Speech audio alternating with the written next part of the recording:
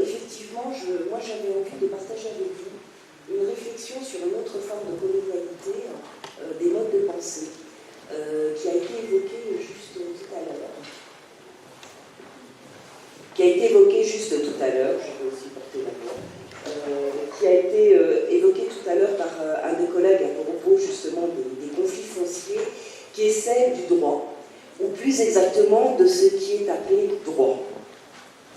Le droit est un mode de violence épistémique car il présente la spécificité de perpétuer donc, une répartition des pouvoirs et de légitimer les institutions. C'est à ce titre qu'effectivement la question du vivre ensemble et de la réinvention du lien social, du politique et des institutions passe aussi, alors soit par le droit, soit par les juridicités ou la juridicité de manière globale. Et effectivement, la question du droit, en tous les cas de ce qui est appelé droit, doit être déconstruite, parce que sinon, effectivement, pour reprendre la phrase de Mignolo, eh bien, on est face aussi à un privilège épistémique.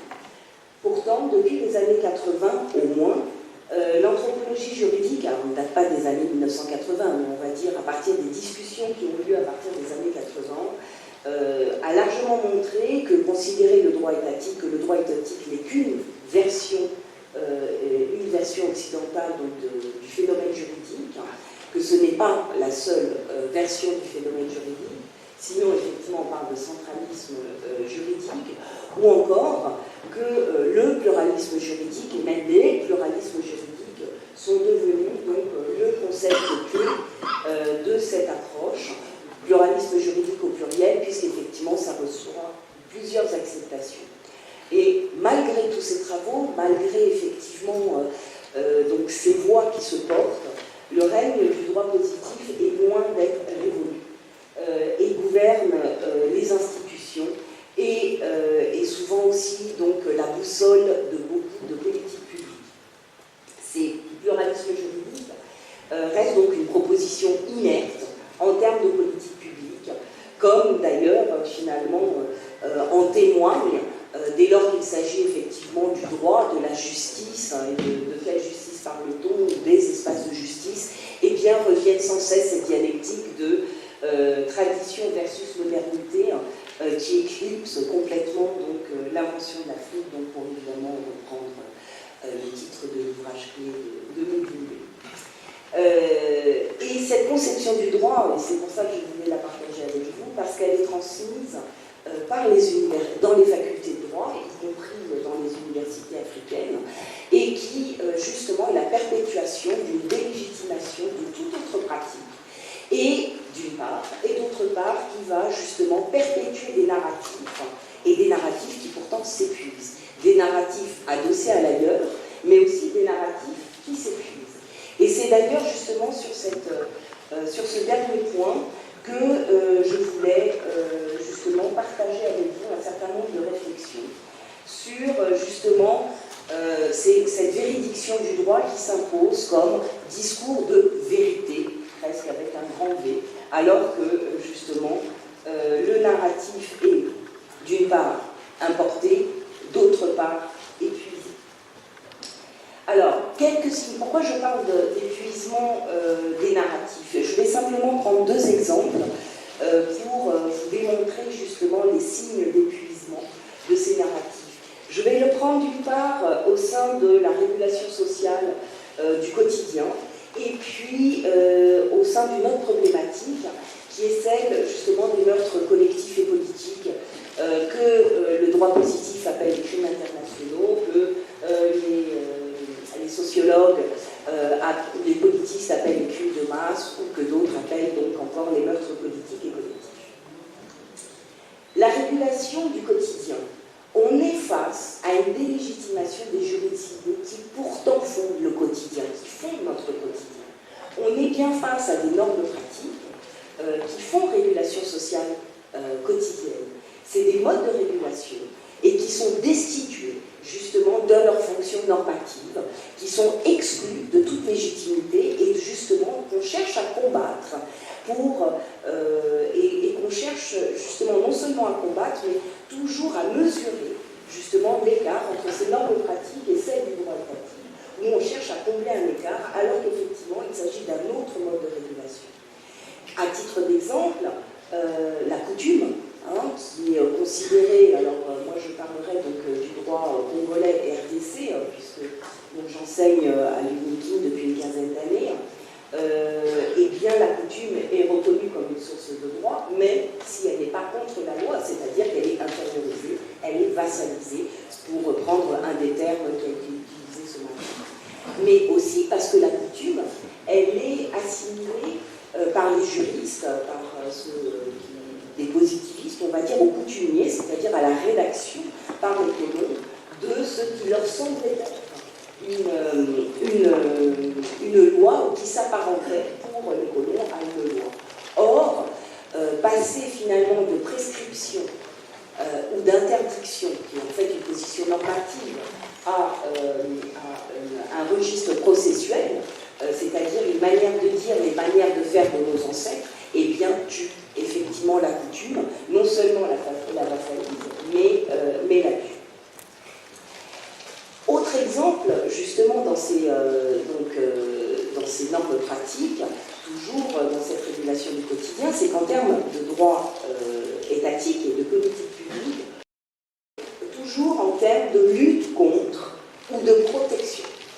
On va, que ce soit les politiques publiques ou les organisations internationales, déterminent leur réponse, soit en luttant contre les violences faites à la femme, contre la corruption, contre le terrorisme, etc., etc., ou pour la protection de l'enfant, pour la protection de l'environnement, etc., etc. C'est-à-dire qu'en fait, c'est une terminologie qui inscrit une dialectique qui, en fait, est complètement imprégnée donc du droit positif au sens qui est au cœur de la rationalité pénale classique et du monopole de la légitimité de punir par l'État. Alors, dans ce contexte, on a vu d'autres, effectivement, modes d'intervention face un petit peu à cet essoufflement qui va générer notamment de nouvelles professions.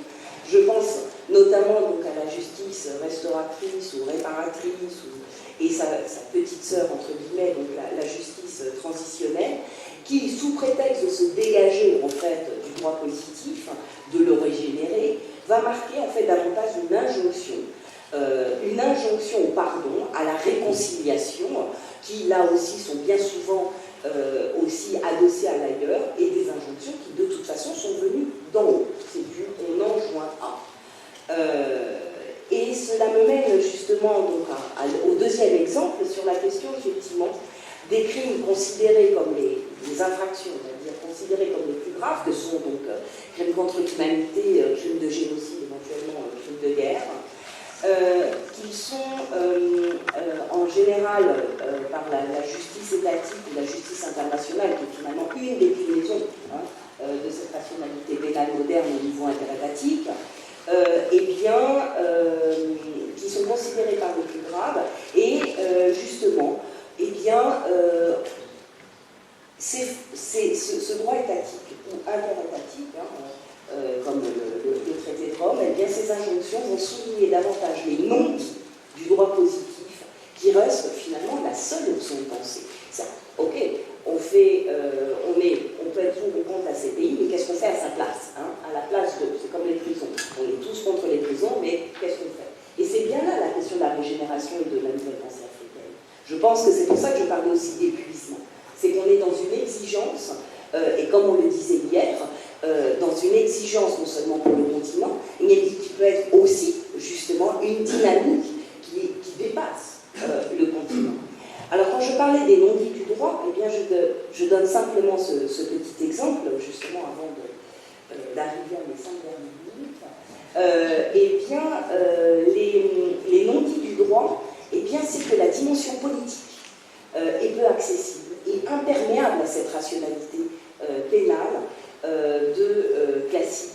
Et face à ces meurtres collectifs et politiques, eh bien, il montre une institutionnalisation, et là je parle vraiment d'institutionnalisation de la levée des interdits du meurtre, de l'inceste, du cannibalisme, qui va faire projet de société en mettant en place donc des rituels publics ancrés dans la corporalité, dans les corps, et conformes aux narratifs qui sont véhiculés par le discours, puisqu'il y a toujours un discours d'appel au meurtre, et laissant aussi libre recours à la jouissance du crime. Qu'est-ce que ça veut dire?